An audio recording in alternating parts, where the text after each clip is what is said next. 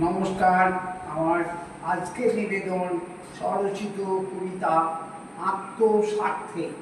গল্প, সিনেমা যাই দেখো না, থাকে জীবন ছন্দ, পথেই কাঁটা।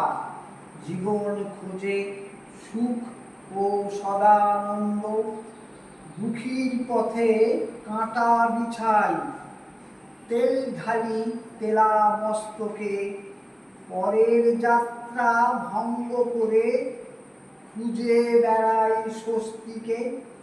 কেন তেল দিই ভাবি না কভু, তেলের কত মূল্য।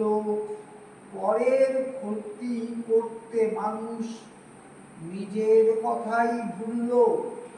আত্মসুখের ঘাটতি হলে লোক জড়ো করি চেঁচিয়ে। আত্মস্বার্থে সব প্রগতি দিচ্ছি শুধু পেঁচিয়ে। কারো ভালো করছো তুমি, বলো তো কপাল ঠুকে।